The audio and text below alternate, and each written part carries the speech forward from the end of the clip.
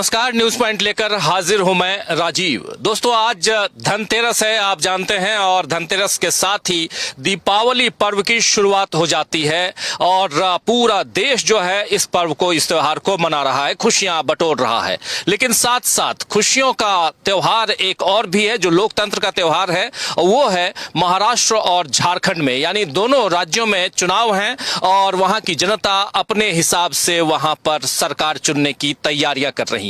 जनता के बीच जाने के लिए नेता जो हैं वो रोज अलग अलग अंदाज में, अलग अलग स्टाइल में जाते हैं, लेकिन उस सबसे पहले जो नेता हैं उनको नामांकन भरना होता है, नामांकन भर रहे हैं। और एक तरफ झारखंड में, क्योंकि झारखंड में 13 तारीख को पहला मतदान है और उसके बाद 13 के बाद 20 तारीख को दूसरा मतदान है। उधर महाराष्ट्र में 20 तारीख को पूरे 288 सीटों के लिए जो मतदान है, उसमें सबसे बड़ी चीज ये है कि बीजेपी में और महायुति में कह लें तो बगावत हो गई है। जी हां, बिल्कुल आप सही सुन रहे हैं। महाराष्ट्र की कहानी कुछ और है दोस्तों।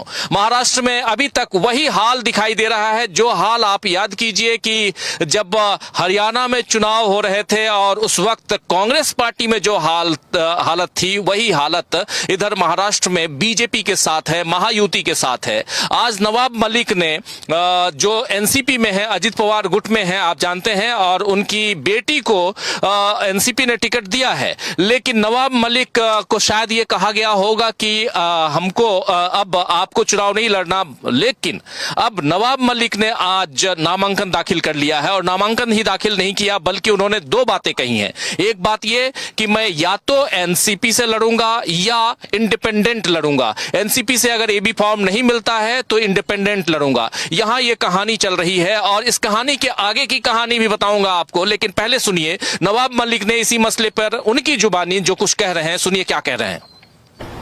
Today I had filed a nomination from Shivaji Nagar Manpur Vidhan Sabha constituency as Nationalist Congress Party candidate, and also I had filled the form as an independent candidate also. But party has sent the AB form and we had submitted it at 2:55 PM, and now I am an official candidate of Nationalist Congress Party. I am very much thankful to Ajit Pawar ji, Praful Patel ji, Sunil Katkare ji. They had made confidence in me. Definitely people demand to contest election from Shivaji Nagar Manpur, and definitely the huge voter will be support me. They give a huge support in my rally. I am very much confident that this time we will win from Shivaji Nagar Manpur Vidhan Sabha Assembly constituency. तो सुन रहे थे आप यहाँ नवाब मलिक को। नवाब मलिक ने पर्चा दाखिल कर दिया, नामांकन दाखिल कर दिया है, लेकिन उसके साथ साथ एक चैलेंज जरूर है, और वो चैलेंज है बीजेपी के सामने, क्योंकि बीजेपी नवाब मलिक का नाम जो है वो दाऊद से जोड़ती आई है, आपको याद होगा। लेकिन यहाँ अजित पवार के गुट से, और अब अजित पवार को अब ये देखना है कि क्या वो नवाब मलिक को अपनी पार्टी से खड़ा करते हैं या नवाब मलिक खुद इंडिपेंडेंट यानी स्वतंत्र रूप से उम्मीदवार वहां होते हैं। ये बहुत इंपॉर्टेंट है, और इसलिए जब अजित पवार और नवाब मलिक की बात होती है तो बात जो है वो बीजेपी की भी होगी, क्योंकि अजित पवार बीजेपी के साथ ही सहयोगी हैं और महायुति में उनका दल है। और दूसरी तरफ अगर देखें तो अजित पवार भी फंसे हुए हैं। एक तरफ नवाब मलिक ने फंसा दिया अजित पवार को, दूसरी तरफ उनके चाचा ने फंसा रखा है, यानी शरद पवार ने। अब वहां चाचा भतीजा आमने सामने हैं। जी हां, सही आप सुन रहे हैं।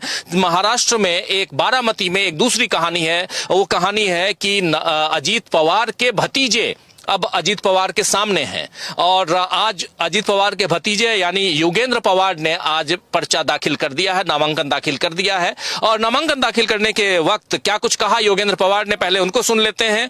और चाचा भतीजा का खेल जो है ये कहां तक चलता है, कितना आगे बढ़ता है, ये सब कुछ हम लोग समझेंगे। पहले सुनिए क्या कह रहे हैं Yogendra Pawar. This is a very old family tradition. It was started by my great grandmother Shardabai Pawar, and I'm glad to see that the same tradition is being carried on by the next generation as well. But Ajit दादा ऐसे कि लोकसभा में ताई और विधानसभा में दादा तो वो कॉन्फिडेंट है कि जीतेंगे तो वही Yeah, but that is his view. It could be his personal view, but that does not mean that that's the general view of Baramatikar's at large. But he has also made one allegation that his mom asked that no one from the family should be fielded against him. But That's not true. And his mom is my real grandmother, and I have a different emotion. I have a different bond with her. And I think it's wrong to involve her inside of our politics. And whatever feeling I have about her, it should be separate from politics. I've never taken a photo with her or shown it to people or ever brought her into this.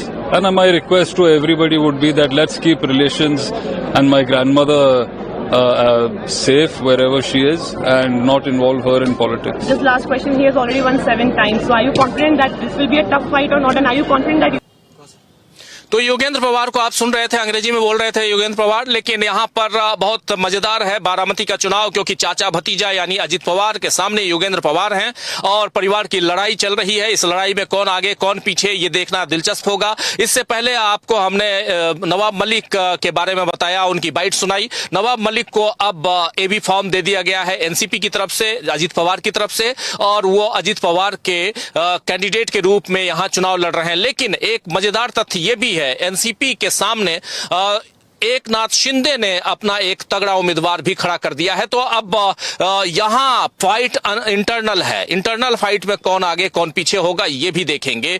लेकिन जब योगेंद्र पवार के nomination की बात है तो फिर शरद पवार की बेटी और सांसद सुप्रिया सुले ने इसी मसले पर क्या कुछ कहा है, आइए जरा उसको सुनते हैं। सुप्रिया सुले इसी मसले पर परिवार की लड़ाई कहां तक जाएगी, इन सब बातों को रखते हुए क्या कुछ कह रही हैं, जरा सुन लेते हैं, फिर चर्चा आगे बढ़ाएंगे। बहुत सारे साथी हमारे जुड़े हुए हैं, उन सब से भी आपकी मुलाकात कराऊंगा। और मैं इस वक्त अपनी कार में से ये कार्यक्रम कर रहा हूं क्योंकि ऑफिस पहुंचने में देर हो गई और झारखंड की यात्रा से वापस लौट रहा हूं और इसीलिए इस कार्यक्रम को यहां तक पहुंचा रहा हूं आप इस अपनी गाड़ी से, ताकि आप तक 7 बजे का जो वादा रहा है उस वादा को निभा पाऊं। दोस्तों सुनते हैं पहले सुप्रिया सुले क्या कुछ कह रही हैं, सुनिए।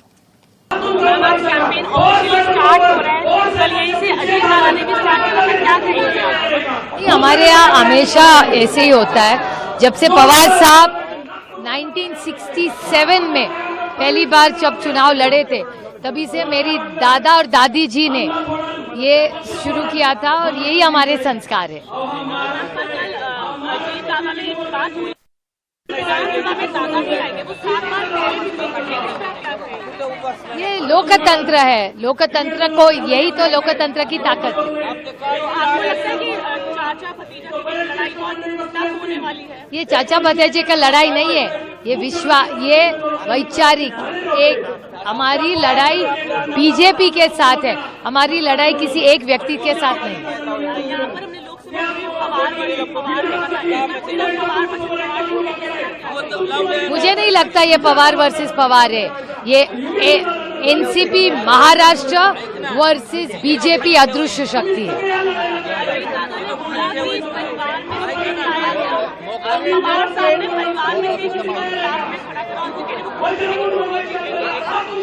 ये लोकतंत्र है, जो मर्जी बोलो।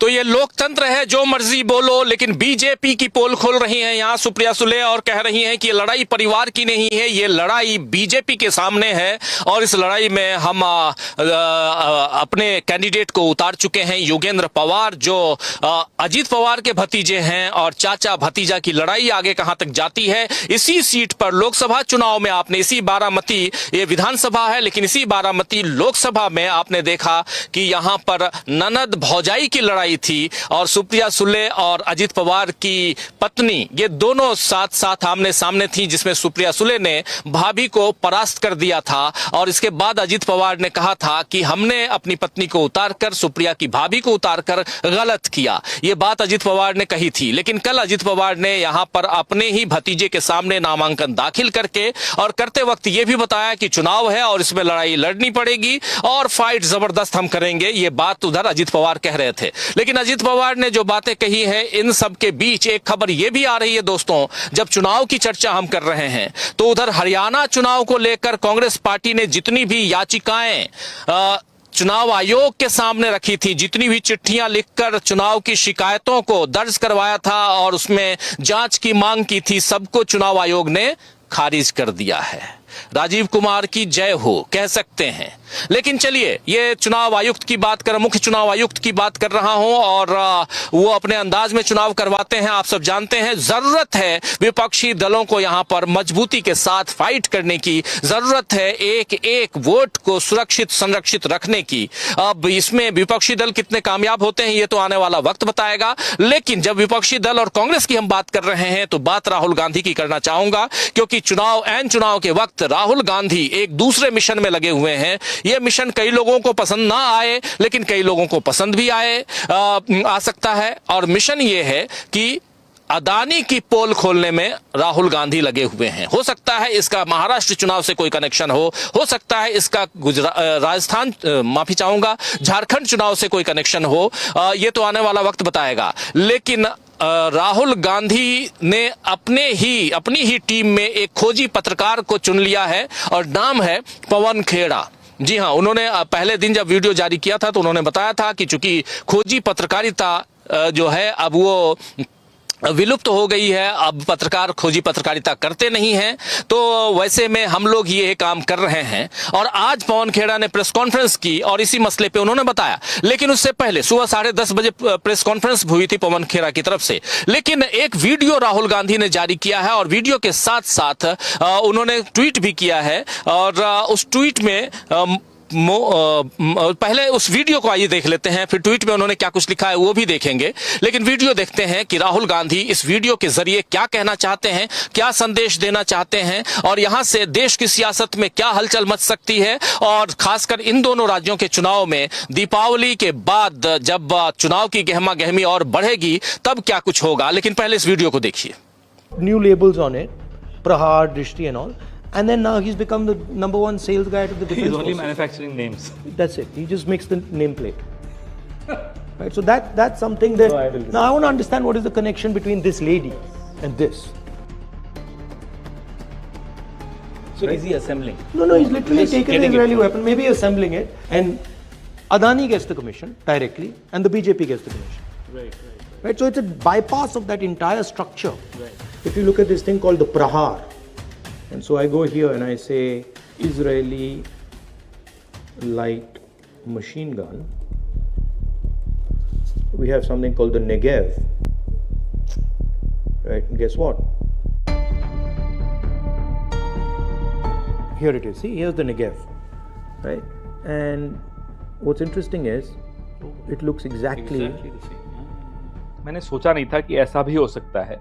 ये अंडरमाइन करता है दो चीजें, देश की सुरक्षा को और नौजवान के भविष्य को। राहुल जी लगातार अग्निवीरों से आप देखते हैं मिल भी रहे हैं और सरकार को बार बार कॉर्नर इस मुद्दे पर कर रहे हैं कि भाई आप क्या कर रहे हो देश की सुरक्षा के साथ और नौजवानों के भविष्य के साथ, आप क्यों खेल रहे हो। जो पैसा हमारे जवानों के ट्रेनिंग में जाता था, हमारे जवानों के पेंशन में जाता था, हमारे जवानों के परिवारों को कैंटीन दिलवाने में जाता था और हमारे जवानों के कॉम्पनसेशन के लिए जाता था, और वो जो पैसा है उसको समझने के लिए, वो जा कहां रहा है उसको समझने के लिए आपको एक और लेबल समझना पड़ेगा, अदानी डिफेंस। अग्निवीर का पैसा उधर जा रहा है, इस साइड से अग्निवीर के जवानों का पैसा निकलता है आपकी जेब में से और सीधा अदानी जी के जेब में जाता है। यह है सिस्टम। ट्रेडिशनली डेमोक्रेसी में क्या होता है, विपक्ष और मीडिया का एक अनस्पोकन अंडरस्टैंडिंग होती है। मीडिया मुद्दे लाकर देता है विपक्ष को या विपक्ष मुद्दे लाकर देता है मीडिया को, और लोकतंत्र को वो लोग रोबस्ट रखते हैं, जिंदा रखते हैं, हेल्दी रखते हैं। आपके पास फ्री प्रेस नहीं है तो कैमरा घूमेगा नहीं, कैमरा एक पे फोकस हो जाएगा।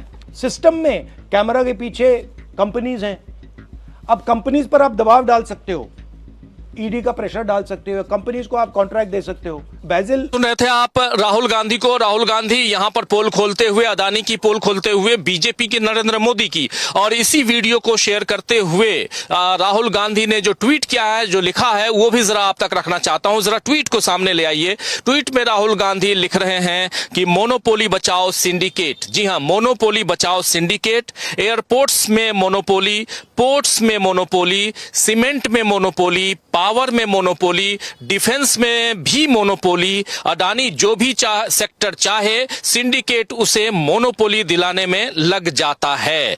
तो ये राहुल गांधी कह रहे हैं। और यहां से, जी हां, यहां से एक दूसरी तस्वीर दिखाई देती है। तस्वीर ये है कि अडानी को बचाओ, और ये सिंडिकेट कौन है, आखिर कौन काम कर रहा है अडानी के लिए, ये जानना जरूरी है। और राहुल गांधी यही पोल खोलने की कोशिश कर रहे हैं, और उनका साथ दे रहे हैं उनके साथी पवन खेड़ा।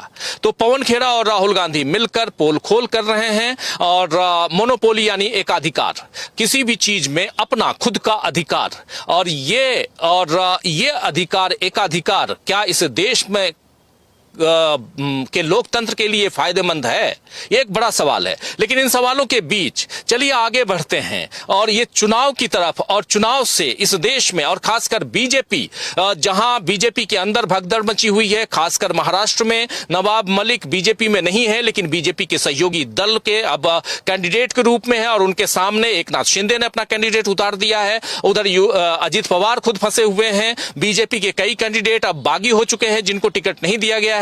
और इधर राहुल गांधी अलग पोल खोल रहे हैं। उधर झारखंड में हेमंत सोरेन और कल्पना सोरेन अलग पोल खोल रहे हैं। दोनों मिलकर पति पत्नी, और एक मजे हुए राजनेता के रूप में हेमंत सोरेन तो हैं ही, अब बहुत कम समय में, पिछले 10 महीनों में कल्पना सोरेन भी एक अलग तरह की राजनेता बन चुकी हैं। और महिलाओं में, बच्चों में, युवाओं में उनका काफी क्रेज है, काफी लोग उनको पसंद करते हैं। एक अलग डिमांड है, चाहे इंडिया गठबंधन हो, चाहे झारखंड मुक्ति मोर्चा हो। इन सब से कैसे पार लगाएगी बीजेपी?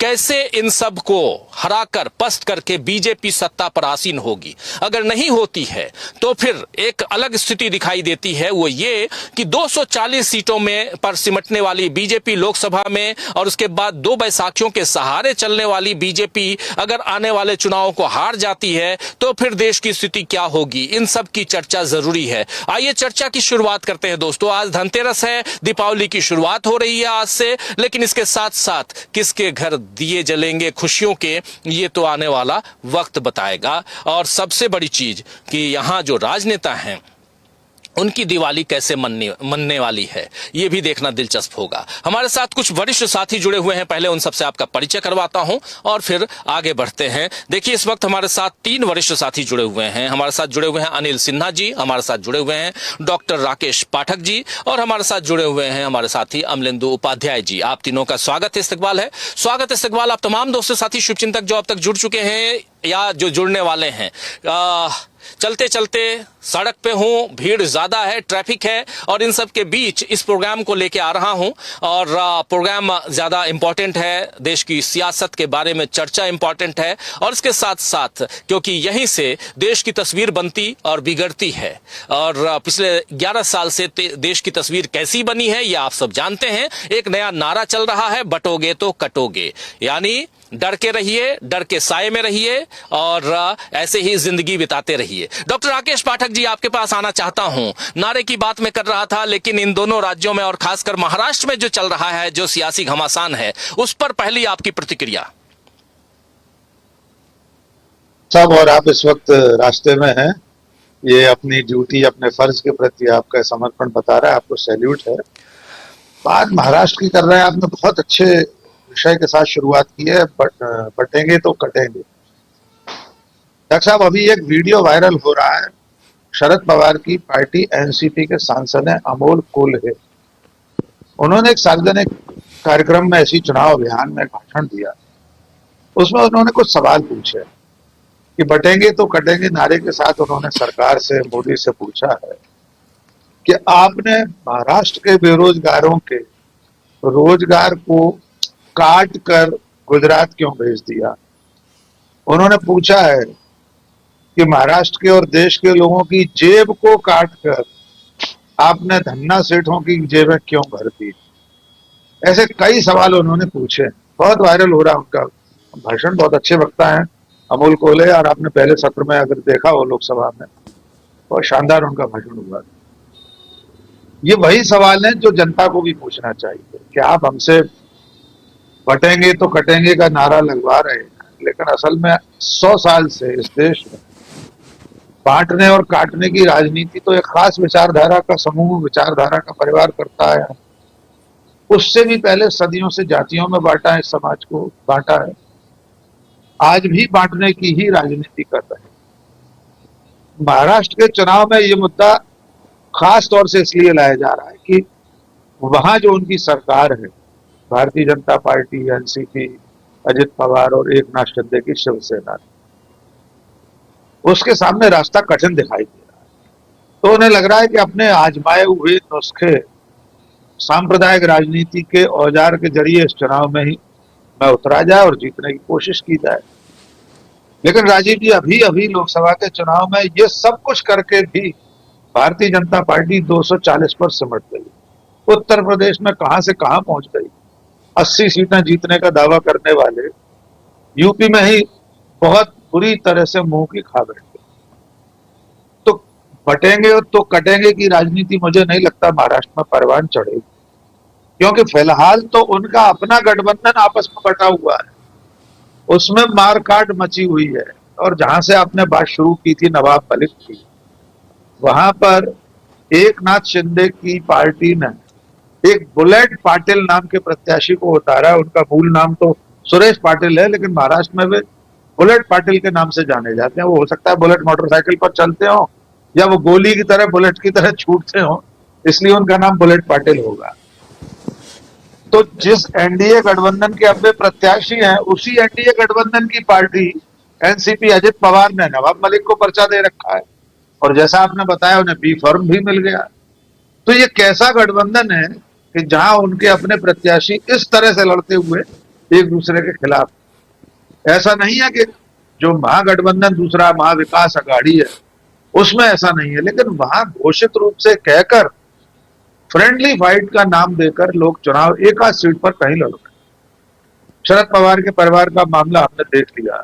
पिछली बार भी लोकसभा चुनाव में अजित पवार ने सुप्रिया सुले के खिलाफ अपने परिजन को उतारा और उन्हें हार का सामना करना पड़ा। तो भारतीय जनता पार्टी, एकनाथ शिंदे की शिवसेना, अजित पवार की पार्टी, इन सब लोगों का बहुत बड़ा स्टेक महाराष्ट्र में दांव पर लगा हुआ है। और असली जिसकी साख दांव पर है वो नरेंद्र मोदी, क्योंकि उन्होंने अपना चुनाव अभियान पुरानी अपनी लकीर पर शुरू कर दिया है। महाराष्ट्र में ये सब चीजें चलेंगी, ये नारे चलेंगे, ये सांप्रदायिक राजनीति चलेगी या नहीं चलेगी, इसकी परीक्षा हो जाएगी। और इसके साथ साथ ये जो क्षेत्रीय दलों के साथ बीजेपी बर्ताव करती है, एकनाथ शिंदे और अजित पवार को वोटों की गिनती की शाम को सिर पकड़कर बैठना न पड़े और उन्हें यह समझ में आए कि ये जो बीजेपी नाम का रिवर्स पारस पत्थर है, ये सोने को लोहा बना देता है। पिछले एक दशक में जितनी क्षेत्रीय पार्टियों ने बीजेपी और मोदी शाह के साथ गलबहियां की हैं, वे सब हाशिए पर सिमट गए। लंबी फहरिस्त है, सबके नाम गिनाने की जरूरत नहीं। वाईएसआर वाले जगन मोहन रेड्डी से लेकर बीजू जनता दल के और अकाली दल तक। तो इस बार इसकी भी परीक्षा हो जाएगी। और अंतिम बात अभी मैं पहले चरण में यहाँ सिर्फ इतनी कहना चाहूंगा कि सुप्रिया सुले ने एक बड़ी मजेदार बात कही। सुप्रिया जी ने कहा कि हमारी लड़ाई परिवार की नहीं, हमारी किसी व्यक्ति से लड़ाई नहीं, बीजेपी और अदृश्य शक्ति से है। आप नोट कीजिए राजीव जी, ये अदृश्य शक्ति कौन है? ये कोई दैवी शक्ति है क्या? संभवतः उनका इशारा, उनका संकेत अदृश्य शक्ति के रूप में भारत के केंद्रीय चुनाव आयोग की तरफ होगा, तमाम सरकारी मशीनरी की तरफ होगा।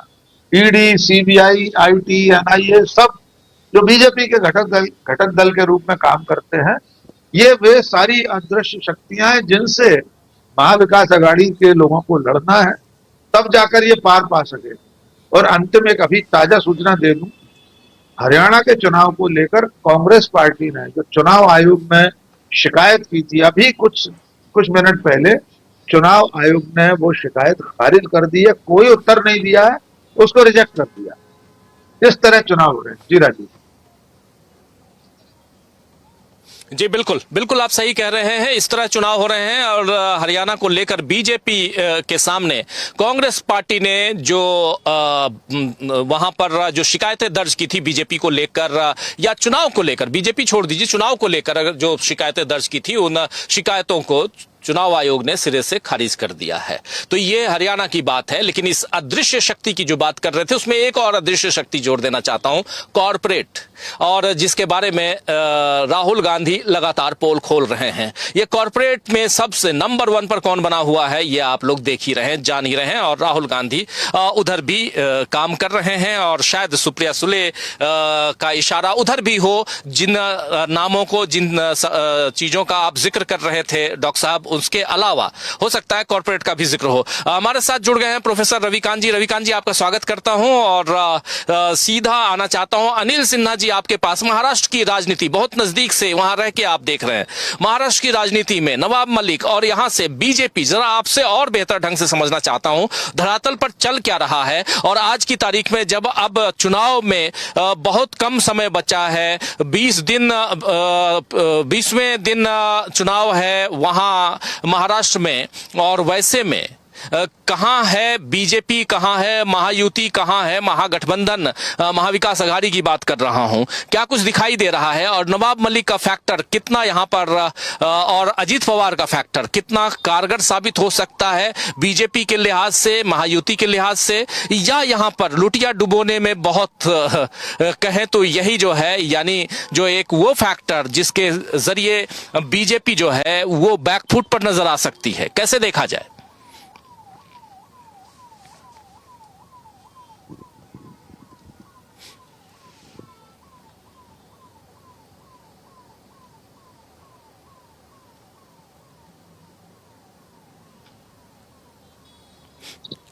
आवाज नहीं आ रही है अनिल जी, आपकी आवाज नहीं आ रही है।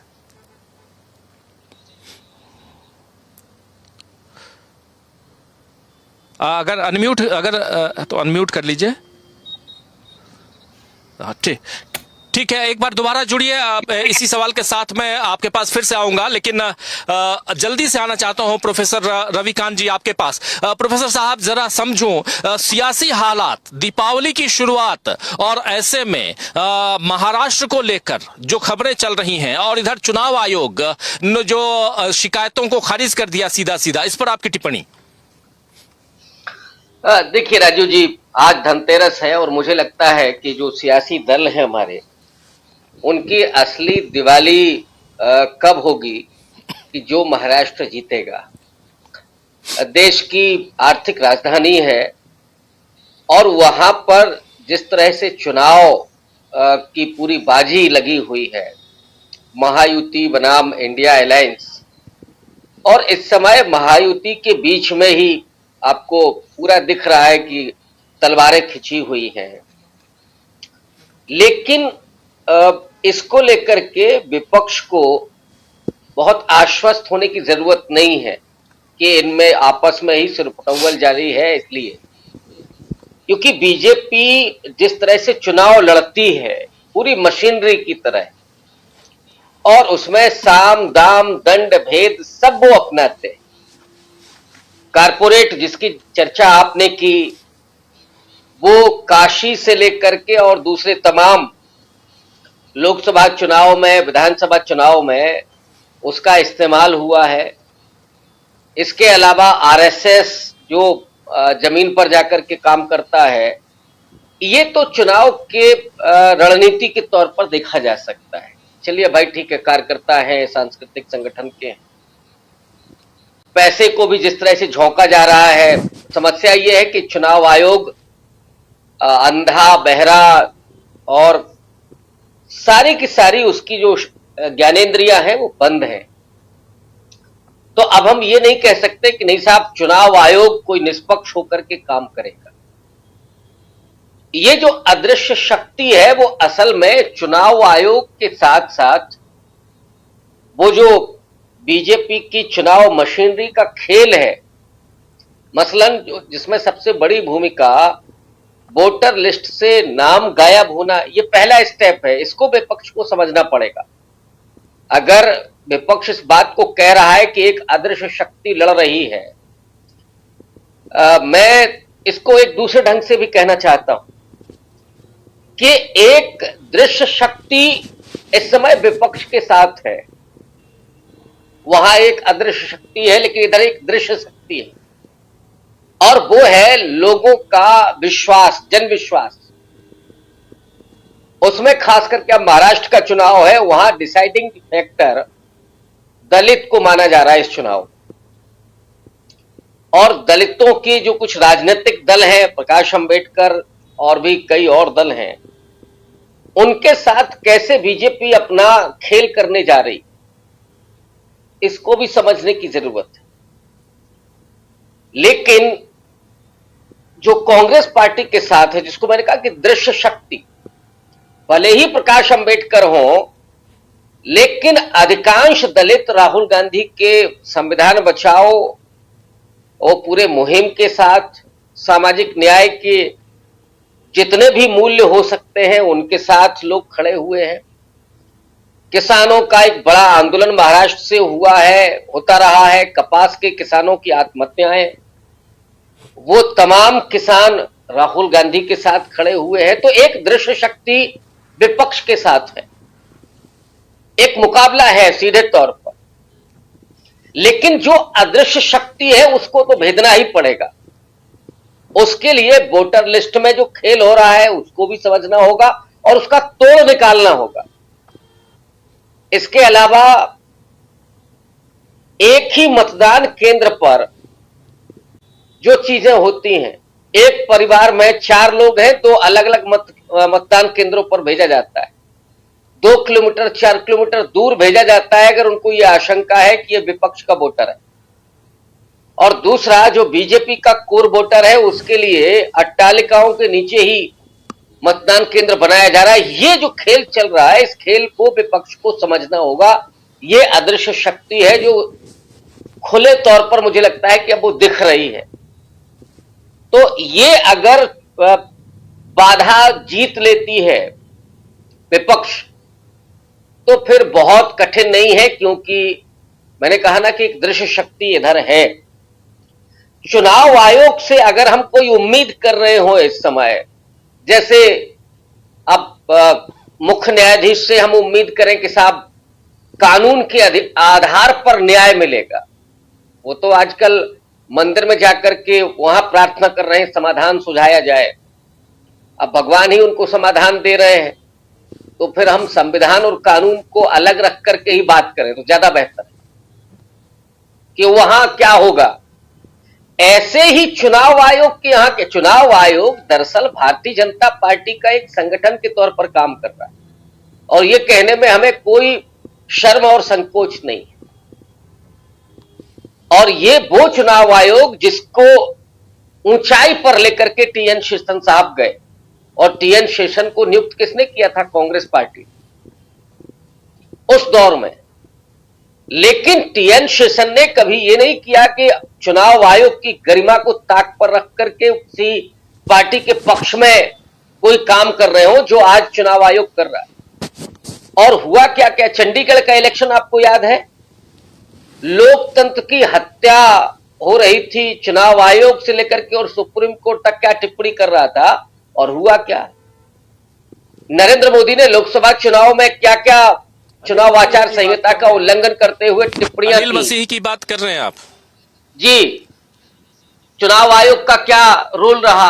तो इसलिए मुझे लगता है कि अब इनसे हम उम्मीद करें तो ये बेईमानी, ये हमारा भ्रम है कि हम उम्मीद करें। उम्मीद सिर्फ इस देश के लोगों से है, और वो लोग खड़े हुए हैं विपक्ष के साथ, ये बहुत स्पष्ट दिख रहा है। ये लोकसभा चुनाव में भी देखा, जिस पार्टी का अकाउंट तक सीज था, जिस पार्टी को कदम कदम पर मुश्किलें पैदा की जा रही थीं, अभी राहुल गांधी को फिजिकली डराया जा रहा है। और ये कौन डरा रहा है, कैसे डरा रहा है? एक ने तो बाकायदा कह दिया कि साहब ओवैसी और राहुल गांधी के लिए कौन क्या करे। तो जहां ये परिस्थितियां हो वहां लोगों की वजह से विपक्ष एक तरह से मजबूत खड़ा है और ये दृश्य शक्ति उसके साथ है, मैं जो कहना चाह रहा हूं। क्योंकि विपक्ष इस समय पैदल है एक तरह से। वो जो मानस की चौपाई है कि रावण रथी विरथ रघुबीरा, ये विरथ है, पैदल है, लेकिन इस पैदल के साथ इस देश के करोड़ों लोग खड़े। अगर मजबूती से विपक्ष चुनाव लड़ता है तो महाराष्ट्र का गेम सबको मालूम है, दिख रहा है कि क्या होने जा रहा है। चुनाव आयोग जरा भी तटस्थ रहा, जरा भी, कि बहुत अब खुल करके बेईमानी पर ना उतर आए, तो रिजल्ट वही होगा जो आपको महाराष्ट्र में दिख रहा है, जो हम लोग यहां से देख पा रहे हैं। जो अनिल जी ज्यादा बेहतर बताएंगे, वो महाराष्ट्र में है। तो इसलिए चुनाव आयोग से हमें कोई उम्मीद नहीं है जी बिल्कुल, और ना ही हमको करनी चाहिए। राजीव जी बिल्कुल सही आप कह रहे हैं, चुनाव आयोग से कोई उम्मीद नहीं करनी चाहिए, लेकिन जो जनप्रतिनिधि हैं जो चुनाव लड़ रहे हैं उनको इतना जरूर करना चाहिए कि वो चुनाव आयोग के ऊपर नकेल कसे। फॉर्म 17C 17B और ऐसे तमाम फॉर्म्स जिसके जरिए आप कहीं ना कहीं ये जान सकते हैं कि बैटरी कितने % चार्ज थी, ये जान सकते हैं कि कितने वोटर्स आकर वोट दिए। ये सारी चीजें फॉर्म 17C को और B को बहुत ध्यान से देखने की जरूरत है, सुरक्षित रखने की जरूरत है। और इसके अलावा तमाम जितने भी वोटर्स हैं वो वोट देने अगर जा रहे हैं तो उनका नाम उसमें है कि नहीं है, किसी और ने तो वोट नहीं डाल दिया। ये सारी चीजें जागरूकता, जन जागरूकता, वोटर्स जागरूकता फैलाने की जरूरत और मुस्तैद चुस्त रहने की जरूरत है। ऐसा नहीं जैसा विपक्ष निश्चिंत होकर बैठा हुआ था हरियाणा में, वैसा ना हो, ये बेहतर होगा चुनाव के लिहाज से, क्योंकि चुनाव आयोग ने हरियाणा के मसले को खारिज कर दिया है। कांग्रेस की जितनी भी डिमांड थी, शिकायतें थी, उसको चुनाव आयोग ने खारिज कर दिया है। लेकिन बात महाराष्ट्र की कर रहे हैं हम दोस्तों, और महाराष्ट्र में बीजेपी कैसे फंसी हुई दिखाई दे रही है। बीजेपी के सामने एकदम कहें तो गले की फांस कैसे उनके ही साथी बन गए हैं, ये समझने की हम कोशिश कर रहे हैं। और साथ साथ ये भी कि बीजेपी के बागी उम्मीदवार, बागी जो साथी हैं, अब उम्मीदवारी ठोक रहे हैं, और वहां से क्या महाराष्ट्र की कहानी बीजेपी के लिए आसान होगी, ये सब कुछ समझते हैं। आइए जरा फिर से चलना चाहता हूं अनिल सिन्हा जी के पास, आपके पास आना चाहता हूं अनिल जी, और जरा बताइए कि क्या देखते हैं आप महाराष्ट्र में। अब मेरी आवाज आ रही है? मेरी आवाज आ रही है ना? आ रही है, अब आ रही है। हाँ, तो ये देखिए, ऐसा है कि महाराष्ट्र को आप दूसरे स्टेट से अलग समझिए। चुनाव आयोग और जो अदृश्य शक्तियां हैं उसके बावजूद यहाँ पे एक ऑर्गेनाइज्ड, मतलब पार्टीज भी ऑर्गेनाइज्ड हैं, लोग भी ऑर्गेनाइज्ड हैं। तो जो काउंटर है वो काउंटर है बराबर का। ये यहाँ जो ये नहीं है क्या कि चुनाव आयोग जो कर लेगा वो चल जाएगा, लोग 17C का फॉर्म हो या बाकी हो, क्योंकि यहाँ क्या है कि कोऑपरेटिव जो सोसाइटीज हैं, अर्बन कोऑपरेटिव बैंक्स हैं, रूरल कोऑपरेटिव बैंक्स हैं, क्रेडिट सोसाइटीज हैं, शुगर कोऑपरेटिव्स हैं, सारे कोऑपरेटिव सेक्टर मजबूत होने की वजह से चुनाव कैसे लड़ना चाहिए और किस तरह से करना चाहिए, ये नॉर्थ की तरह अनऑर्गेनाइज्ड फोर्स नहीं है। महाराष्ट्र की जनता और यहाँ की पार्टियां काफी ऑर्गेनाइज्ड है। तो ये आपने देखा लोकसभा चुनाव में भी, और आगे भी देखेंगे कि चुनाव आयोग चाहकर भी उतने मैनिपुलेशंस यहाँ नहीं कर पाएगा जितना कि वो नॉर्थ या हरियाणा में कर पाया। एक तो ये मुद्दा है। दूसरा है क्या कि बीजेपी की कोई नैरेटिव नहीं बन पाई। अब अभी पवार ने भी शुरू किया है और बाकी लोगों ने भी ये बात कहनी शुरू कर दी है कि महाराष्ट्र जो है नंबर 1 स्टेट था इंडस्ट्रियलाइज औद्योगिक में, उद्योगों में, अब वो 5वें नंबर पर है। तो ये जो महाराष्ट्र की मराठी अस्मिता है, यहाँ का प्रोजेक्ट जा रहा है वो ये गुजरात में, ये एक बहुत बड़ा मुद्दा होने वाला है जिसका कि उनके पास कोई उनका काट नहीं है। बीजेपी कोई नैरेटिव कटेंगे बटेंगे वाला नैरेटिव के अलावा यहाँ कोई नैरेटिव बाकी जगह की तरह यहाँ भी नहीं कर पाया। लेकिन बीजेपी कर क्या रही है? बीजेपी कर क्या रही है कि बीएसपी या जो डमी जिसका कहा अभी, ये सब लोगों को, अभी मुझको किसी ने बताया कल ही कि पुणे में एक कॉरपोरेशन में 1000 वोट जिसको मिला था उसको दबाव डाल रहे हैं। अभी अब क्या हुआ मालूम नहीं, अभी पता करूंगा कि आप जो है चुनाव लड़िए एमएलए का। उसने कहा कि जब हमको कॉरपोरेशन के चुनाव में आया 1000 वोट तो हम वहां कैसे लड़ेंगे। तो उसने कहा लड़ना आपको नहीं है, लड़ेंगे हम, आप सिर्फ चुनाव पर्चा दाखिल करिए। बीएसपी का कैंडिडेट थे, वहीं से चुनाव लड़ने के लिए उनको कहा गया है। तो ये कैंडिडेट्स, डमी कैंडिडेट्स, उसके बाद जो रिबेल्स है, ये सारा कर रहे हैं। लेकिन वो ये सब वो कर रही है, लेकिन उनका अपना प्रॉब्लम, अपने ही रिबेल्स, इवन मुंबई में जैसे गोपाल शेट्टी हैं या बाकी कैंडिडेट जो उनके फॉर्मर एमएलए जो वो सब लड़ रहे हैं चुनाव। तो अतुल शाह है जो कि मुंबा देवी से चुनाव, जहाँ की शाइना एनसी को इन्होंने टिकट दिलवाया है इससे शिंदे गुट के शिवसेना से। अब ये एक और चला है, इनके कई कैंडिडेट चुनाव लड़ रहे हैं सहयोगी दलों, खासकर शिंदे गुट से, और चुनाव सबको टिकट दे दे सहयोगी दलों से। अच्छा, एक परिवार में नारायण राणे के जो फैमिली है, एक ही भाई, दोनों भाई, एक बीजेपी से और बगल की सीट से शिंदे गुट से का, ये सारा टेंट्रम चल रहा है। लेकिन ये सब कितना कठिन है साधना, ये समझिए। अनिल जी एक सवाल, अनिल जी एक सवाल मेरे दिमाग में गूंज रहा है कि क्या शिंदे गुट से बीजेपी जो अपनी कैंडिडेट्स उतार रही है, क्या बाद में शिंदे साहब को अपने यहाँ मर्ज करने जा रही है, और क्या शिंदे साहब को किनारे करने जा रही है बीजेपी? क्योंकि देवेंद्र फडणवीस की तो इच्छा है कि वो सीएम बने, और अगर बीजेपी फिर से सत्ता पर काबिज होती है तो क्या देवेंद्र फडणवीस के अलावा, यानी बीजेपी के मुख्यमंत्री के अलावा कोई तीसरा कोई मुख्यमंत्री होगा? शिंदे साहब तो अभी से इस्तीफा दे के घर बैठ जाए या तो बीजेपी के साथ चले जाए, ऐसी क्या स्थितियां नजर नहीं आती हैं आपको? नहीं, देखिए इसमें एकदम क्लियर मामला है। शिंदे और अजीत पवार, आपने कठपुतली का खेल देखा है ना, उसमें कठपुतली देखकर लोग रोमांचित होते हैं, और जो पीछे डोरी घुमाता है उसके बारे में लोगों का ध्यान नहीं जाता है। असल आर्टिस्ट वो होता है जो कठपुतली नचाता है, लोग एंजॉय करते हैं कठपुतली को। तो शिंदे और अजीत पवार जब तक सेंटर में मोदी सरकार है और ईडी और सीबीआई और ये सब है, वो सब एकदम उसी तरह से हिलेंगे डुलेंगे जिस तरह से कह रहा है। और उसमें तो सिंपल है क्या है कि बीजेपी इतनी सीटों पर लड़ रही है कि उसको अपना ये चाहिए, मतलब बहुमत चाहिए, और कुछ इंडिपेंडेंट से जोड़ करके वो अपनी सरकार बना ले।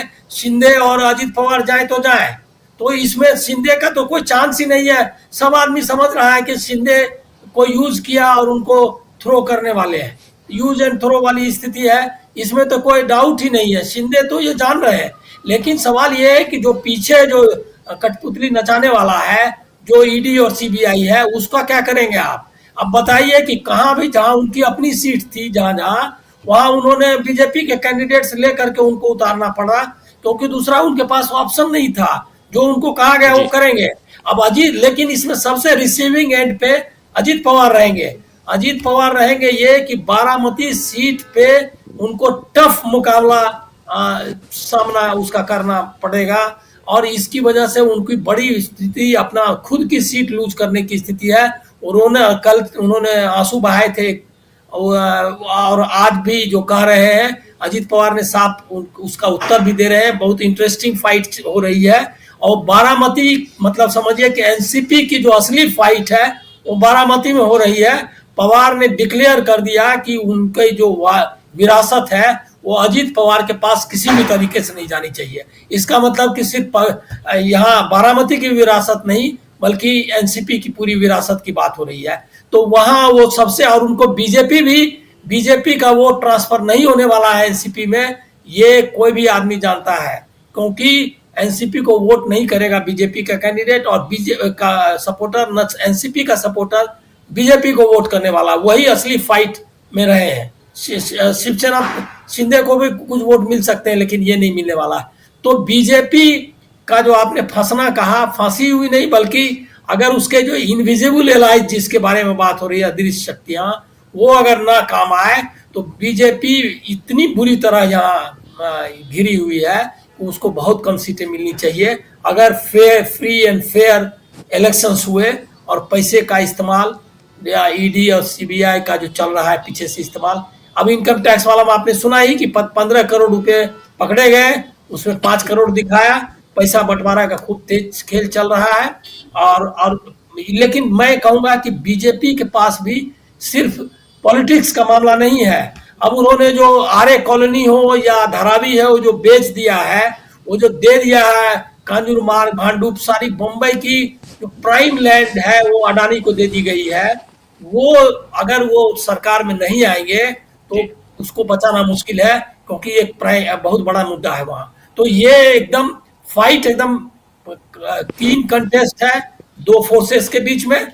और दूसरा है कि बीजेपी के पास मतलब ये उसके लिए लौटना बहुत जरूरी है।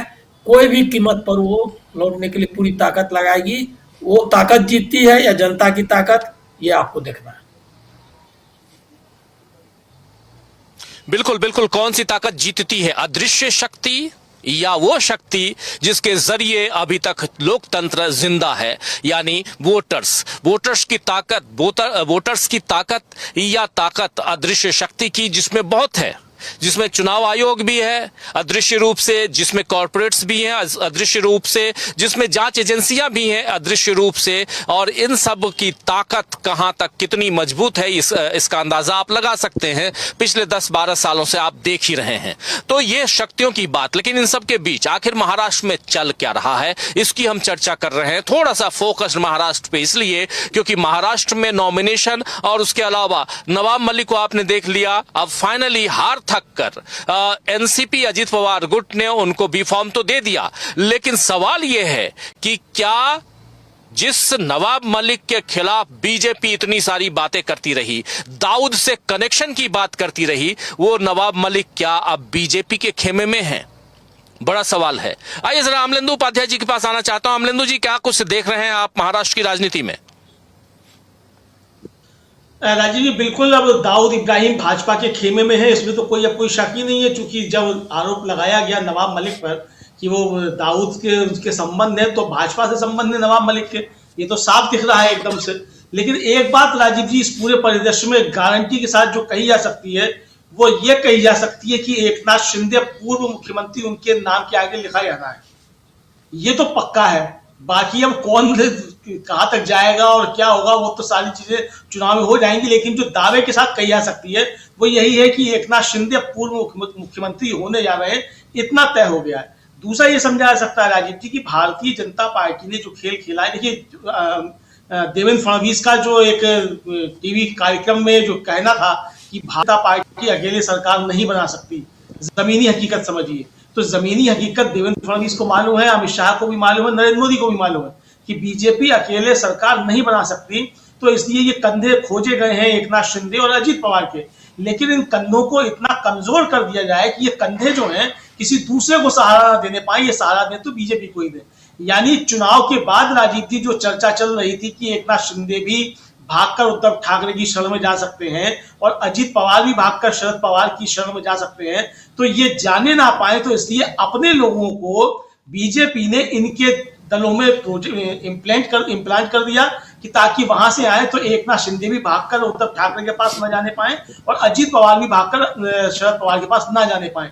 ये बाड़ेबंदी करने का प्रयास बीजेपी ने अभी से किया है। क्योंकि आप देखिए कि जो अधिकांश लोग अब जैसे ये रामदास आठवले जो रो रहे थे कल, अब उनको भी दे दी गई हैं कुछ सीटें, लेकिन वो सीटें तो दी गई हैं, प्रत्याशी बीजेपी के हैं। यानी सिंबल होगा आठवले का या सिंबल होगा एकनाथ शिंदे का या सिंबल होगा अजीत पवार का, लेकिन प्रत्याशी होंगे बीजेपी के। तो यानी कुल मिलाकर जो तैयारी है वो ये है कि सरकार किसी तरीके से बीजेपी की बने, ये खेल बीजेपी कर रही है। लेकिन इस खेल को ऐसा नहीं है कि जनता महाराष्ट्र की मूर्ख है। अगर मोदी जी या अमित शाह जी या देवेंद्र फडणवीस जी ये समझते हैं कि जनता मूर्ख है, वो सब मूर्खों के सरदार हैं, तो वो मूर्खों के सरदार हो सकते हैं, पर जनता मूर्ख नहीं है। जनता ये समझ रही है कि बीजेपी खेल क्या कर रही है और किस तरीके से बीजेपी क्या करना चाहती है। तो जो सुप्रिया सुले ने कहा कि अदृश्य शक्तियां हैं, वो बहुत सारी अदृश्य शक्तियां हैं, और लेकिन जो सामने शक्तियां दिखाई दे रही हैं, तो महाराष्ट्र में लड़ाई अदृश्य शक्तियों और दृश्य शक्तियों दोनों से है। और मुझे लगता है कि इंडिया गठबंधन काफी मजबूती के साथ ही समझकर चल रहा है कि उसको आगे आने वाले समय में क्या क्या अदृश्य शक्तियों से लड़ाई लड़नी पड़ सकती है। और इसलिए आप देखिए कि पूरे चुनाव के दौरान मीडिया कुछ भी कहता रहा हो, लेकिन इंडिया गठबंधन एकजुट दिखाई दिया। किसी की तरफ से कोई टूट फूट की और कोई एक दूसरे के खिलाफ बयानबाजी सुनने को नहीं मिली, और आखिरी समय तक सबने यही कहा कि हम सब आपस में तय कर लेंगे और मिलकर चुनाव लड़ने जा रहे हैं। और ये दिखा दिया है इंडिया गठबंधन ने, जबकि महायुति जो है वो अभी तक ये साबित नहीं कर पाया कि ये सब एकजुट होकर चुनाव लड़ भी रहे हैं या तमाशा करने लगे। जी बिल्कुल बिल्कुल, इंडिया गठबंधन, ये चर्चा भी जरूरी है यहाँ पे करना कि इंडिया गठबंधन यहाँ पर कितनी मजबूती के साथ है, क्या कर रहा है, और क्या सचमुच जो अमलेंदु जी कह रहे हैं वैसा ही दिखाई दे रहा है। डॉक्टर साहब, जरा आपके पास फिर से आना चाहता हूँ, आपको क्या लगता है इंडिया गठबंधन यहाँ महायुति के सामने यानी एनडीए के सामने मजबूत है, आगे निकल चुका है? आपको भी लगता है ऐसा? देखिए, अभी तक जो परिस्थितियां महाराष्ट्र में दिखाई दे रही हैं, जिस तरह की रार महायुति में छिड़ी हुई है, वैसी रार महाविकास आघाड़ी में नहीं दिखाई। अभी अमलेंदु जी ने रामदास अठावले का जिक्र किया, उनकी पार्टी है आरपीआई। अब रामदास अठावले खुद प्रेस कॉन्फ्रेंस करके कह रहे हैं कि मेरी बात सुनी नहीं गई, हमारी पार्टी का ध्यान नहीं रखा गया। 21 सीटें मांगी थी उन्होंने, और इस वक्त उन्हें 2 सीटें दी गई हैं, धारावी और कलीना। और अगर अमलेंदु जी जो कह रहे हैं वो सही है कि नाम मात्र के लिए उनकी पार्टी का नाम होगा, प्रत्याशी बीजेपी या एकनाथ शिंदे की तरफ से होंगे, तो आप समझ सकते हैं उनकी क्या स्थिति है। रविकांत जी ने दलित वोटर्स की बात कही थी, बड़ा महत्वपूर्ण। कौन है महाराष्ट्र की राजनीति में इस वक्त? प्रकाश अंबेडकर हो, रामदास अठावले हो, या बहुजन समाज पार्टी हो, ये सारी पार्टियां जो दलित हितों की लड़ाई लड़ने वाली पार्टियां अपने आप को कहती रही हैं, ये इस चुनाव में अब तक हाशिए पर दिखाई दे रही। प्रकाश अंबेडकर को जहां तक मेरी जानकारी है कहीं कोई जगह नहीं मिल पाई। अब वे अपने स्तर पर चुनाव लड़ रहे होंगे, उनके प्रत्याशी होंगे कई सीटों पर, लेकिन जनता इस वक्त ये जानती है, खास तौर से दलित वोटर जो है, वो महाराष्ट्र का दलित वोटर बहुत स्पष्ट है अपने दिलो दिमाग में कि उसे अपना वोट जाया नहीं करता है। और अब ये लगभग सब जगह हो रहा है। लोकसभा चुनाव में उत्तर प्रदेश जैसे बड़े राज्य में दलित वोटर ने अपना वोट बर्बाद नहीं किया। तो आप देख लीजिए बहन मायावती जी कहाँ है इस वक्त, वहां उनकी पार्टी की क्या दशा हुई।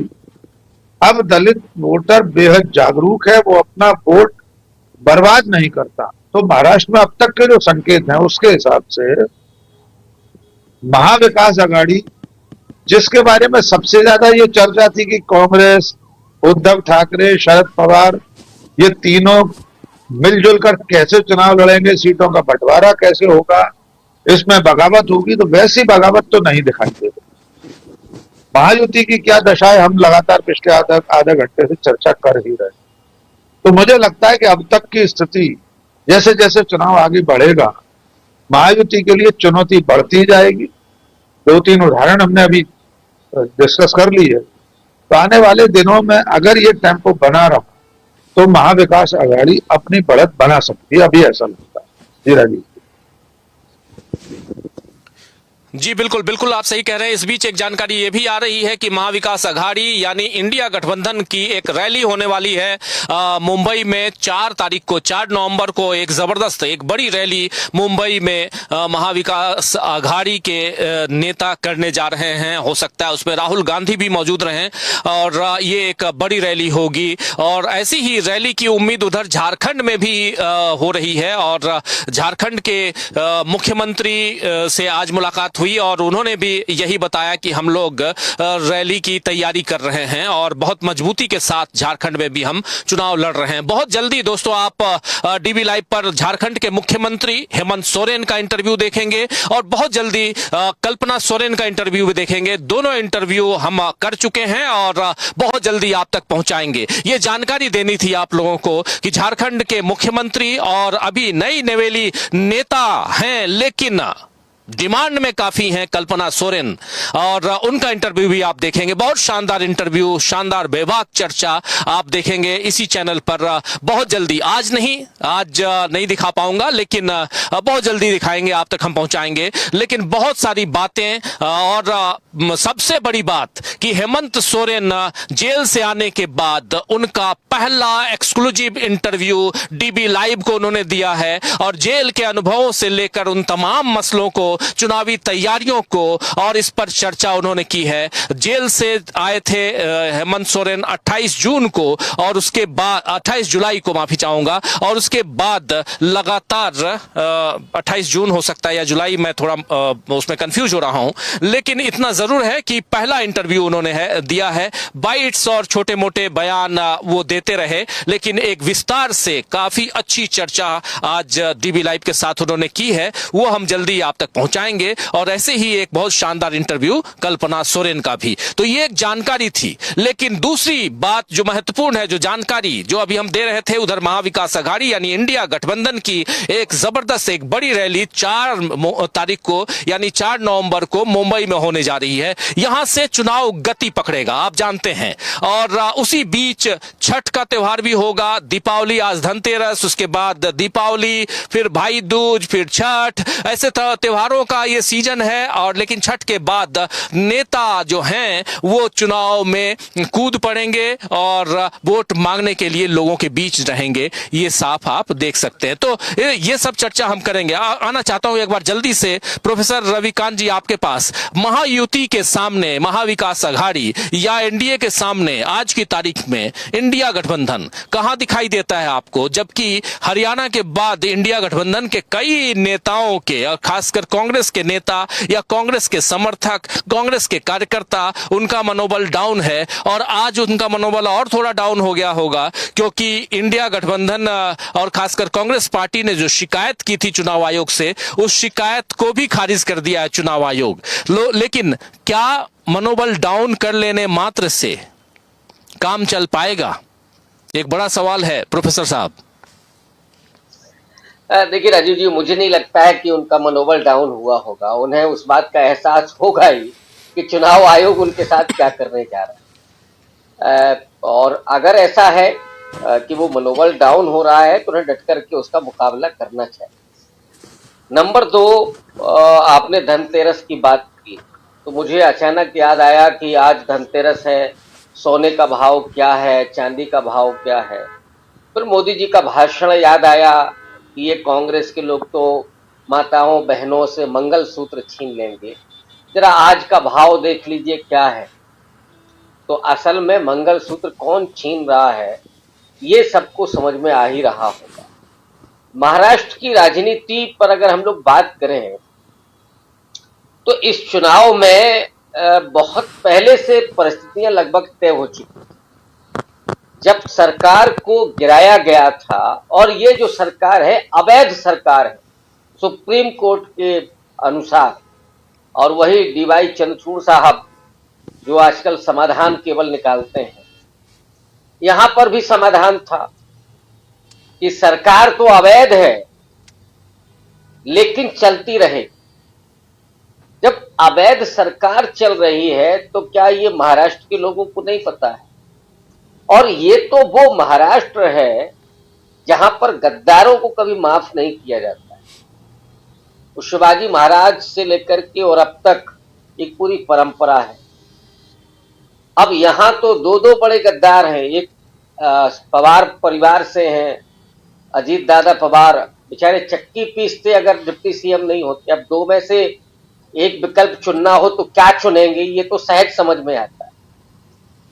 तो डिप्टी सीएम हो गए, लेकिन असल में वो चक्की ही पीसना है कि जहां आप अपने कैंडिडेट ना उतार पा रहे हो, आपको पूरी तरीके से खत्म। और ये बीजेपी जो पॉलिटिक्स करती है, क्षेत्रीय दलों को समूचा निगल जाती। पहले उनके साथ छोटे भाई की भूमिका में होती है, फिर बड़े भाई की भूमिका में होती है, और आगे चल करके वो मुंबई वाला भाई बन जाती, जहां फिर कोई सहयोगी दल नहीं होता है, समूचा निगल जाती।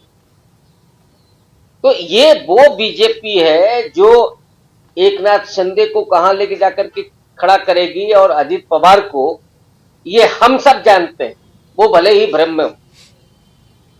रही बात बीजेपी की, और बीजेपी निश्चित रूप से महाराष्ट्र को किसी भी कीमत पर, और सिर्फ बीजेपी नहीं आरएसएस भी, और आरएसएस के बयान इधर आप देखेंगे तो एक सुर में है और योगी आदित्यनाथ के बटेंगे तो कटेंगे नारे के साथ चल रहे। लेकिन मैं नहीं समझता कि ये नारा कहीं कारगर साबित होगा। ये उन इलाकों में थोड़ा असर कर सकता है जहां पहले से तनाव रहा हो। इसके अलावा इस नारे की कोई प्रासंगिकता नहीं है। ये असल में बुनियादी मुद्दों से ध्यान भटकाने के लिए है। ये विपक्ष को समझना होगा कि बटेंगे और कटेंगे जैसे वाहियात, असंवैधानिक, गैर लोकतांत्रिक और घनघोर अमानवीय नारों के सामने वो अपने बुनियादी सवालों को खड़ा करें, इनकी चिंता न करें। अब ऐसे तो आरएसएस ही बेकरार है राहुल गांधी को गले लगाने के लिए। तो आ गले लग जा वाली फिल्म मुझे कई बार वो मेरी आंखों में दिखाई पड़ती। बहुत बड़ी बात आप कह रहे हैं। ये गले नहीं लगते, ये गले पड़ते हैं। और मोदी जी को देखा हम लोगों ने कई बार, दुनिया के कई नेता तो उनसे दूरी बना लेते हैं कि साहब कब गले पड़ जाए कुछ भरोसा नहीं है। आरएसएस आजकल मचल रहा है कि साहब राहुल गांधी हमसे नहीं मिलते हैं, मोहब्बत की दुकान खोले बैठे हैं। और ये इनकी जो दुकान है राजीव जी जानते हैं, वो नागपुर में इनका शोरूम बड़ा गमकीला है जहां खुशबू आती है। लेकिन जो इनका गोडाउन है वो वही है जो विजयदशमी को पूजा हो रही थी। राहुल गांधी इस बात को जानते हैं।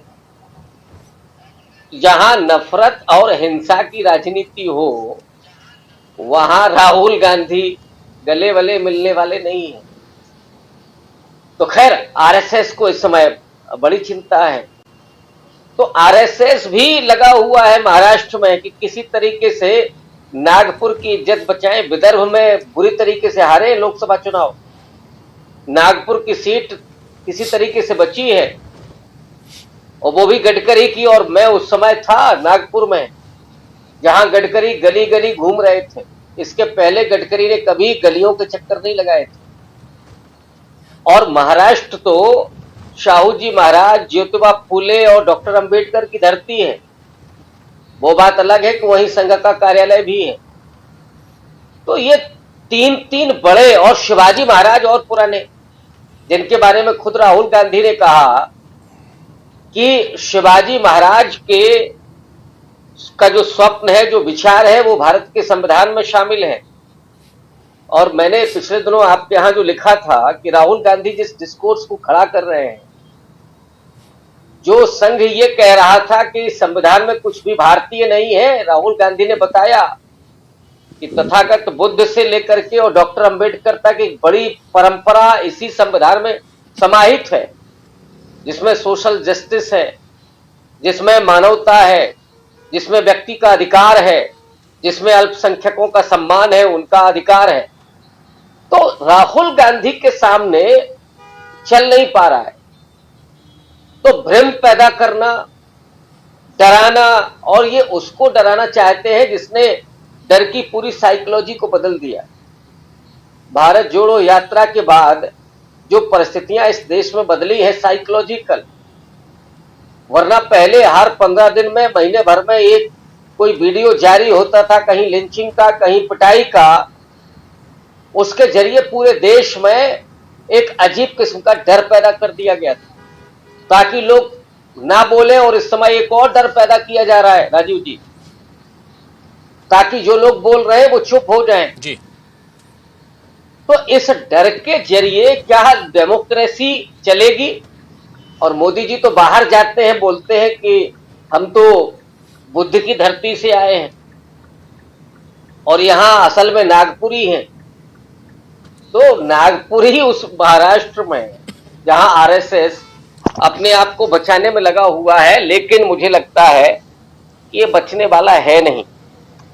वहां जो संविधान की ताकत है, जो सोशल जस्टिस है और जो बड़े महानायक हुए, उनकी जो ताकत है और उसको इन 10 सालों में लोगों ने बार बार महसूस किया है।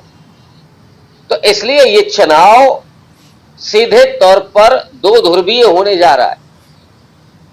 प्रकाश अंबेडकर की हालत ये थी, लोकसभा चुनाव में किसी भी सीट पर दूसरे नंबर पर भी नहीं थे, वो खुद तीसरे नंबर पर थे और कोई भी शायद 2 जगह को छोड़कर के बाकी जगह जमानत जब्त हुई है उस पार्टी की। तो अब जो वो कर रहे हैं, हरियाणा में मायावती ने जो किया, ये मुझे लगता है कि अब बहुत स्पष्ट है लोगों के सामने कि कौन है जो बीजेपी के बी टीम के रूप में काम कर रहा है। अब तो बहुत कुछ खुल गया है। मुझे पहले कई चीजें ऐसी लगती थी कि शायद मेरे सामने वो पर्दा शायद नहीं खुला था, लेकिन अब तो बहुत स्पष्ट दिख रहा है कि हो क्या रहा है। जब दिखने लगा है लोगों को, तो इस लोकसभा चुनाव के बाद राजनीति बहुत स्पष्ट हो गई कि आप कहां खड़े हैं और किसके साथ खड़े हैं और कौन कहां मदद कर रहा है। और यही आपको रिफ्लेक्शन महाराष्ट्र के चुनाव में राजीव जी दिखाई पड़ेगा। अगर अदृश्य शक्तियां वो पूरा दानवी स्थिति में नहीं आ गई तो, हालांकि मैंने कहा ना कि जो दृश्य शक्ति है वो ज्यादा मजबूत है, तो उसके सामने अदृश्य शक्तियां बहुत कुछ नहीं कर सकती, लेकिन फिर भी अलर्ट रहना बहुत जरूरी है विपक्ष को। जी बिल्कुल आप सही कह रहे हैं, अलर्ट रहना विपक्ष को बहुत जरूरी है। यही बात मैं भी कह रहा था कि यहाँ चुनाव आयोग को आप अच्छी तरह सब कुछ एक्सपोज हो चुका है, जांच एजेंसियां एक्सपोज हो चुकी हैं, न्यायपालिका एक्सपोज हो चुकी है और साथ साथ चुनाव आयोग एक्सपोज हो चुका है। और ऐसे में अगर आप अपनी जीत कायम करना चाहते हैं तो आपको बहुत ज्यादा अलर्ट रहने की जरूरत है, जो बात यहाँ हमारे साथी प्रोफेसर रविकांत जी कह रहे हैं। अनिल सिन्हा जी, महायुति के सामने महाविकास अघाड़ी और उसकी रैली, और यहां से क्या आप परवान चढ़ते हुए इस चुनाव को देखेंगे? इम्पोर्टेंट है इसीलिए कि बीच में जो सीटों का बंटवारा हुआ, उस बीच में जो मतलब विवाद हुए, वाद विवाद, और जो जिस तरह का पोस्चरिंग भी किया कई पार्टियों ने, मतलब सब पक्ष ने अपने सीट बढ़ाने के लिए, उसकी वजह से थोड़ा जरूर कंफ्यूजन पैदा हुआ है। तो अब वो जो है, अब ये जो चुनाव मतलब नॉमिनेशन फॉर्म का डेट खत्म हो जाने के बाद, अब ये कल से परसों से आप देखेंगे कि ये स्थिति अब एकदम पूरी तरह बदल जाएगी और जो फाइट है वो एकदम ओपन फाइट होगी। अब वो जो रविकांत जी ने कहा, सही कहा कि एक्सपोज हो चुकी हैं चीजें, सब स्पष्ट हो चुकी हैं। जो फोर्सेस है, देखिए इस बार कितना महाविकास अघाड़ी ने जरा भी टाइम नहीं खराब किया कि प्रकाश अंबेडकर के साथ मीटिंग कर रहे हैं, इनके साथ मीटिंग कर रहे हैं, एकदम छोड़ दिया कि आप लोग स्वतंत्र हैं, अपनी मर्जी से अपना फैसला लीजिए, जहां जाना हो जाइए। तो ये इस बार ये जो टाइम बर्बाद करना था वो नहीं किया और आपस में इन लोगों ने अपनी कोशिश की कि किसी तरह से हो जाए। दूसरा अभी देखिए क्या है कि जो सबसे जो कठिन चीजें आएंगी, उसका वो जो अदृश्य शक्तियों वाली बात है वो काफी इम्पोर्टेंट है अभी भी। लेकिन हमको लग रहा है क्या कि मैं कम से कम महाराष्ट्र के बारे में, मैं ये झारखंड के बारे में नहीं कर सकता, उसका मुकाबला करने की क्षमता है चीज में है। और दूसरा जो भी जो अब जो डेवलप हो रहे हैं उसमें भी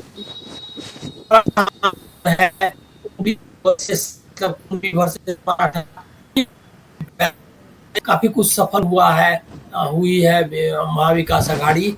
उसको भी ये किया है, मतलब एकोमोडेट किया है जो सेक्शनल जो इंटरेस्ट है, उनके जो ग्रीवांसेस है, उसको भी कई जगह पर किया है। विदर्भ तो करीब करीब सोलो फाइट रहेगी, जैसा कहा भी लोगों ने, वहां पर बहुत बुरी स्थिति है महाविकास अघाड़ी की।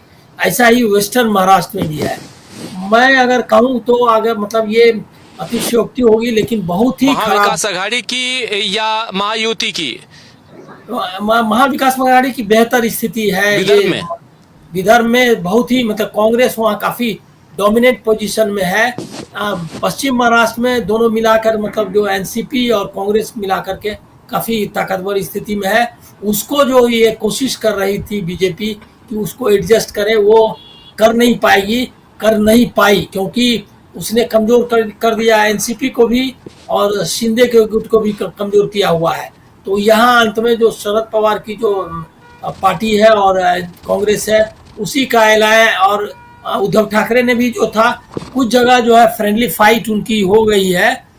महाविकास आघाड़ी में भी कई सीटों, पंढरपुर की सीट है या ऐसी कुछ सीटें हैं जहाँ पर कि उनके शिंदे मतलब पवार और मतलब इनकी क्या कहते हैं कांग्रेस की और उनकी पार्टी या इनका मतलब 5 सीट करीब करीब है जहाँ पूरे महाराष्ट्र में, जिसमें महाविकास आघाड़ी में भी फ्रेंडली फाइट होने की संभावना बढ़ी हुई। अभी बातचीत जारी है, लेकिन संभव होगी। लेकिन नैरेटिव वाइज अब सबसे बिग नैरेटिव है कि मराठी अस्मिता वाला, जो मैंने पहले भी कहा, वो उसका काउंटर नहीं करना है। बटेंगे कटेंगे इस बार कुछ बहुत ज्यादा क्लिक कर जाएगा, वो लगा दिया है उन्होंने। जैसे वो कौन सिंह है वहाँ वाला, कर्नाटका वाला, वो यहाँ एक्टिव हो गया है। वो जो कॉमनल भाषण देने वाला, वो ये ऐसे जो एलिमेंट्स हैं उनको लगा दिया है। बीजेपी चालू है, वो उस लेवल पे जो बजरंग दल और जो उनका जो जन संगठन है, जो अंग्रेज लेफ्टिस्ट भाषा में उसको कहते हैं जन संगठन, लेकिन उनका जो मिलिटेंट संघ और ऑर्गेनाइजेशन है वो सब लगा हुआ है। बहुत मतलब फाइट जबरदस्त है, ये इंटरेस्टिंग फाइट होगी।